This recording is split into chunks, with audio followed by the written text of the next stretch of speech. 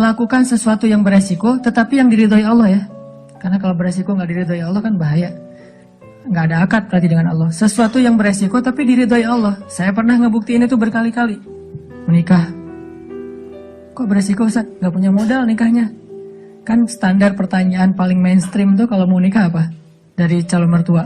Kerjanya apa gitu kan ya? Paling mainstream tuh. Kalau saya ditanya kerjanya apa? Belum punya pekerjaan. Terus gimana ngasih makan? Allah yang ngasih makan. Tapi pede jawabnya, sampai mertua juga belum lagi ngeluarin dalil ya. Kan ustadz lah ya, banyak dalil ya. Ayat, hadis, banyak lah udah saya kumpulin bisa jadi satu buku tuh. Khusus ayat dan hadis untuk melamar. Mudah-mudahan nanti bisa di-share ayat dan hadis bahan untuk melamar, nembak calon mertua lah. Pak, itu ada tuh hadis ya, cuman saya agak-agak ragu nih bunyinya kayak gimana tuh, kurang lebih sih yang pernah saya dengar dari Ustadz nih hadis sahih loh Pak. Kalau datang seorang pemuda yang baik akhlaknya gitu kan ya, jangan ditolak.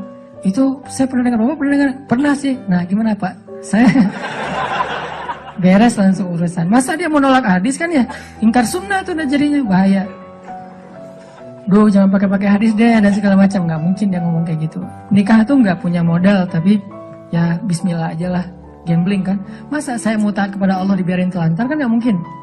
Kan menikah itu untuk taat kepada Allah kan. Gua hawa nafsu, emang hawa nafsu. Masa nikah gak pakai hawa nafsu?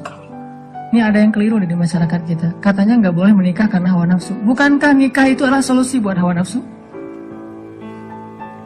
Lo nikah gak karena Allah tuh, karena nafsu. Gak berbenturan dua hal ini. Tapi kalau dia menikah karena hawa nafsu dan ingin menghalalkan dengan terhormat hawa nafsu itu namanya karena Allah. Nggak ada cerita karena Allah berarti nggak melibatkan hawa nafsu. Nggak kayak gitu sih bahasanya. Sama kayak kita kerja nih. Lo kerja karena pengen gaji itu bukan karena Allah. Pengen gaji dan karena Allah itu nggak berbenturan. Kenapa kita pengen gaji? Karena kita pengen mendapatkan rezeki yang halal dan menafkahi keluarga. Dan itu semuanya karena Allah. Jadi nggak dibilang, gue jangan mengharapkan gaji, harapkan pahala. Pahala itu salah satunya gaji. Karena pahala dalam bahasa Arab nggak ada pahala, yang ada al-jaza, al-ajru. Al-jaza itu artinya balasan, al-ajru itu artinya upah. Upah itu bisa dalam bentuk kesehatan, bisa dalam bentuk materi uang, bisa dalam bentuk kebaikan di akhirat, bisa dalam bentuk terhindar dari api neraka, dan seterusnya. Itu al-jaza, al-ajru. Termasuk mendapatkan hak kita dalam sebuah pekerjaan. Nggak masalah mengharapkan, saya kerja di Telkomsel, kenapa? Gajinya gede. Nggak apa-apa. Selama yang kita dapatkan itu halal. Tapi kalau yang kita kejar gaji gede dan syubhat, apalagi haram, itu bukan karena Allah. Termasuk menikah. Menyalurkan, kenapa kamu menikah? Karena saya pengen menyalurkan kebutuhan biologis saya secara halal. Wah, nggak karena Allah nih, nafsu nih. Emang nafsu, emang kenapa? Bukankah Allah mengatakan litaskunu ilaiha? Apa arti litaskunu ilaiha? Supaya tenang, supaya jadi nyaman, gejolak di dalam diri kalian dengan cara kepadanya. Itu bahasa. Dan di Al-Mu'minun juga dikatakan, walladzina hum li furujihim hafizun. Kalau nggak bisa hafizun, maka dia salurkan. Gimana cara nyalurinnya? 2. Illa ala azwajihim. Yang kedua nggak usah dibahas. Yang satu aja. Illa ala azwajihim, kepada istri mereka. Bukan istri mereka, istri-istri mereka. Illa ala azwajihim. Kalau dia menyalurkan dengan cara yang lain selain yang dibolehkan kayak gitu, kata Allah, faulaika humul adun. Dan Allah nggak suka kepada orang yang melampaui batas. Jadi menikah karena Allah, karena saya ingin menyalurkan kebutuhan biologis secara halal misalnya. Makanya mencari yang sesuai dengan kriteria masing-masing. Kalau misalnya ada yang kriterianya harus yang Arab, cari aja Syarifah, Habaib apa. Kalau Habib perempuannya Syarifah kan ya. Atau saya pengen yang Oriental, pergi aja ke Korea lah atau ke Jepang. Saya pengen yang misalnya etnik, bisa di Indonesia misalnya. Ini mas selera, nggak masalah. Bukankah Nabi justru mengatakan memilih perempuan itu yang pertama justru fisiknya? Walaupun yang paling berharga bukan fisik, tapi tetap ditaruh yang paling depan. Karena itu yang ketahuan duluan kan. Kita nggak mungkin tahu kesolehannya langsung ketika awal ketemu, ini soleha banget nih, belum tentu. Ketika udah kenal dekat baru tahu ternyata dia rajin tahajud, rajin tilawah. Walaupun kadang-kadang kita ngelihat dia di Instagram postingan terakhir tilawah, alhamdulillah 1 juz hari ini misalnya. Bisa kayak gitu. Tapi rata-rata yang pertama dilihat fisiknya kan ya. Walaupun fisik banyak menipu sih, hasil editan segala macam. Pas ngeliat orangnya, hah? Lebih cantik dari di Instagram sih.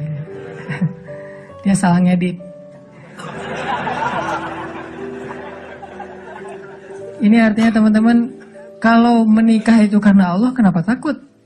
Bukankah Allah sendiri berjanji, kalau mereka fuqara, apa arti fuqara? Gak punya apa-apa. Kalau miskin masih punya apa-apa, cuma dikit. Kalau fuqara gak punya apapun. Allah yang yughniyahumullah, Allah yang akan mencukupkan kebutuhan mereka. Oh, Allah yang cukupin, ya udah selesai. Nikah, datang, yuk nikah yuk. Gak gitu sih caranya. Terlalu polos kayak gitu mah pasti ditolak lah. Adalah trik-triknya pasti teman-teman udah mempraktekkan, kalau enggak pasti berstatus masih jomblo ya.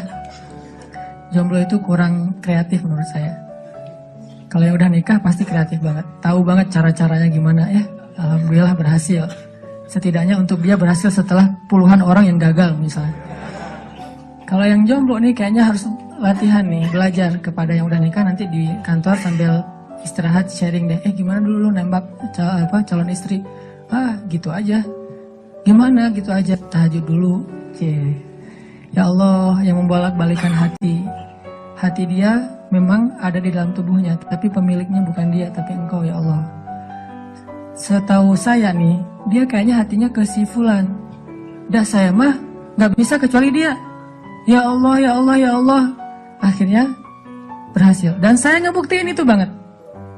Saya sering bilang, saya itu bukan tipe istri saya loh. Sangat bukan tipe istri saya. Ada 4 hal yang pantang buat istri saya. 4-4-nya ada di saya. Subhanallah. Kok bisa berhasil, Ustaz?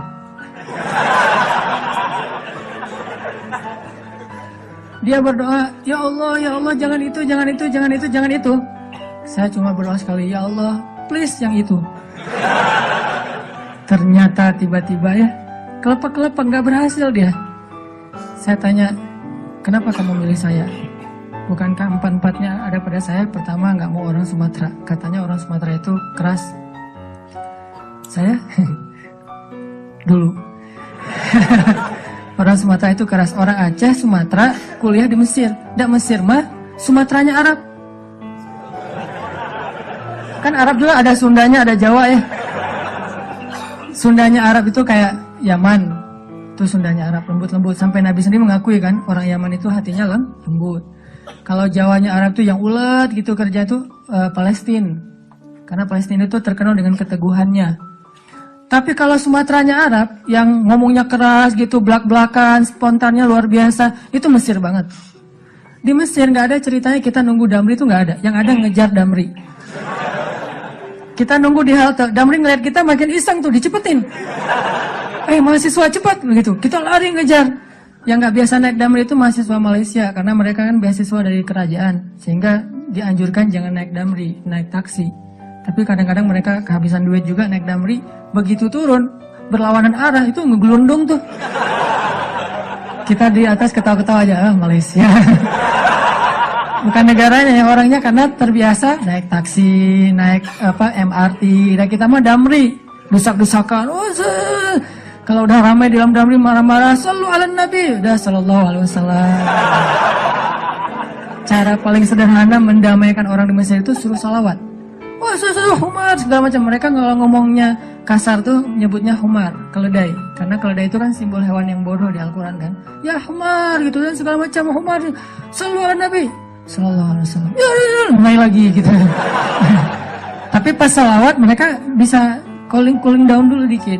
Saking menghargai Rasulullah ya. Kadang-kadang ada juga yang sambil marah. Sallu ala Nabi sallallahu alaihi wasallam. Di Mesir, orang Sumatera kuliah di Mesir, kebayangan? Udah Sumatera itu mungkin agak keras, kuliah di Mesir. Jadi wataknya tuh terbentuk dengan 2 negeri. Alhamdulillahnya ketemu orang Jawa yang mungkin beda banget dengan Sumatera. Nggak mau dia orang Sumatera. Saya Sumatera. Sumatera Aceh pula. Dan Aceh di tempat markasnya GAM. Aceh PD. Dan itu kan gam dulu banyak di situ ya. Terus yang kedua, nggak mau yang kulitnya dof. Kebanyakan ke pantai misalnya. Saya nyebutnya nggak dop sih, nyebutnya eksotis gitu. Ketiga, nggak mau yang berewokan. Nggak usah tanya kenapa. Keempat, nggak mau anak pesantren. Ini juga nggak tahu kenapa nih. Empat-empatnya ada di saya nih. Ya Allah, please jangan itu. Ya Allah, saya pengennya itu. Kuat-kuatan doa. Ternyata doa saya lebih diijabah. Tadi kan, Ustaz. Pas ketemu sama dia, kenapa kamu mau sama saya? Padahal empat-empatnya ada di saya. Karena kamu punya yang kelima. Apa? Hati kamu. Nggak gitu sih ngomongnya.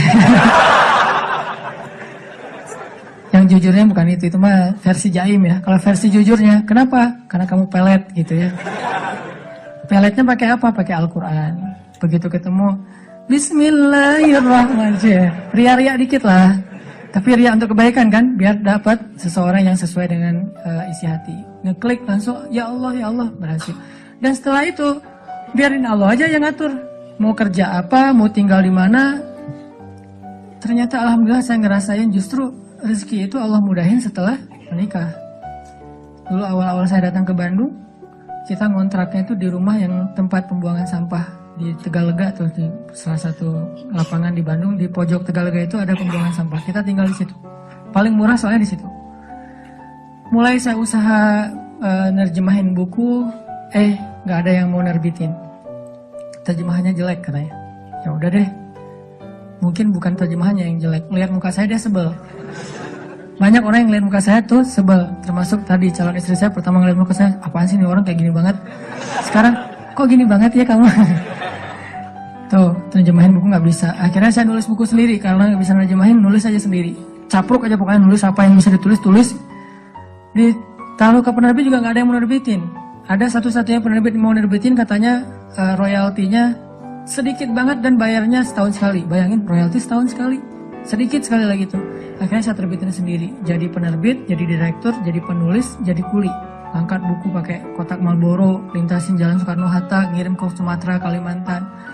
Pelan-pelan akhirnya usaha nambah dari penerbitan ke jual pulsa. Jadi saya dulu pernah jadi vendor gitu sih, bahasa kerennya, vendor Telkomsel gitu ya. Saya tuh jual pulsa, ada 60 cabang pulsa di Bandung sebelum ada di Alfamart dan Indomaret. 60 cabang pulsa. Terus nambah lagi ke jual beli mobil second. Beli, jual, dikira orang kaya banget, padahal gonta-ganti aja karena emang dijual. Tapi yang harga murah di bawah 100 juta, bukan yang mobil-mobil mahal. Terus coba-coba di properti. Ternyata Allah mudahin setelah menikah. Karena kenapa? Allah yang janjiin. Allah nggak mungkin ingkar janji. Gambling dikit lah di awal. Tapi di tengah dan di akhir kita akan melihat banget gimana Allah nunjukin kebenaran janji-janjinya.